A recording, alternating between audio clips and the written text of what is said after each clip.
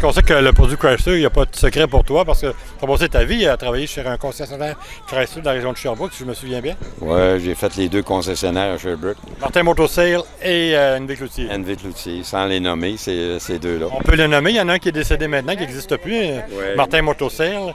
C'est là que j'ai fait mes débuts chez Martin Motosale, c'est à rue Belvedere. Puis tu me parlais aussi d'une anecdote assez intéressante. On sait que Chrysler avait fait le Chrysler Turbine en 1963, je crois. Puis la voiture était venue chez Martin. Hein? Oui, on l'avait eu 2 semaines dans le showroom. Chrysler s'en servait de cette turbine-là pour faire des il fait des promotions un peu partout, c'est les concessionnaires Chrysler. Et puis, on l'a eu au garage 2 semaines.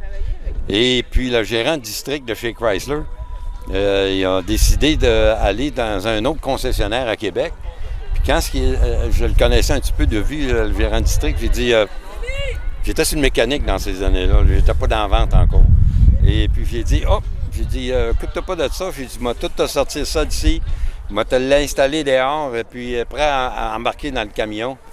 Mais j'ai fait une petite surprise en arrivant dehors avec la turbine.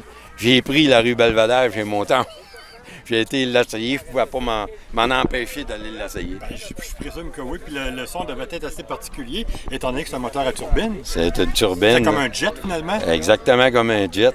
C'est un saut, comme un sifflage d'un avion en réaction. Et puis, je regardais le RPM au coin de McManamy, Belvedere.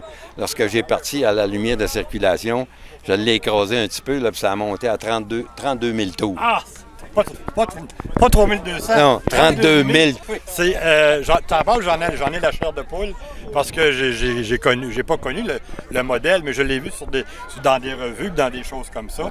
Puis je dois dire que c'est assez exceptionnel. Moi, je peux me vanter d'avoir eu la chance d'en conduire une turbine, une vraie turbine de chez Chrysler. Chrysler en ont fabriqué 50 de ça. Et puis à l'exposition universelle 1965 à New York, ils avaient apporté les 50 turbines là pour donner des rides au monde, pour les faire connaître un peu plus. Et puis, j'avais été là à l'exposition universelle à New York. Et puis, je les voyais circuler un peu partout. Ils donnaient des rides au public avec. Et puis, ils ont décidé de les enlever de la circulation. Malheureusement. Malheureusement. Parce qu'il y avait un petit défaut, les exhausts en arrière, vu que c'était une turbine. Ils mettaient le feu aux feuilles. Ils mettaient le feu aux feuilles. L'automne, ils mettaient le feu un peu partout dans les feuilles mortes. Puis c'est pour la raison qu'ils l'ont enlevé. Mais c'est dommage. Puis on sait, on connaît la suite, ou c'est peut-être, tu vas me corriger si je me trompe, mais est-ce que c'est une légende urbaine où ces voitures-là ont vraiment été écrasées, littéralement détruites?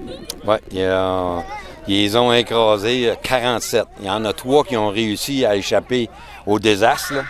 Et puis, Jay Leonard, en Californie, un gros musée, ouais, Jay Leonard, qui a une émission de télévision en Californie. Il y en a une. Lui, et puis, il y a un autre Américain aussi qui en a une deuxième. La troisième, je ne connais pas le gars qui l'a, la troisième turbine, mais il y en a 3 qui ont échappé à ça. Mais c'est dommage quand même, c'est un beau gaspillage. Il aurait pu conserver cette œuvre d'art, finalement, pour pouvoir la modifier de façon à ce qu'il puisse en faire une voiture, non pas une voiture ouverte à tous, mais quand même quelque chose qui est exceptionnel. Mais en tout cas, de toute façon, on n'est pas là pour changer le monde. Mon cher Édouard, avec Denise, on vous voit souvent dans des expositions. C'est toujours un plaisir de vous voir. Et puis, on se revoit peut-être avec un autre projet. C'est à suivre. Directement du camping Beaulieu, Pierre Justron. Merci.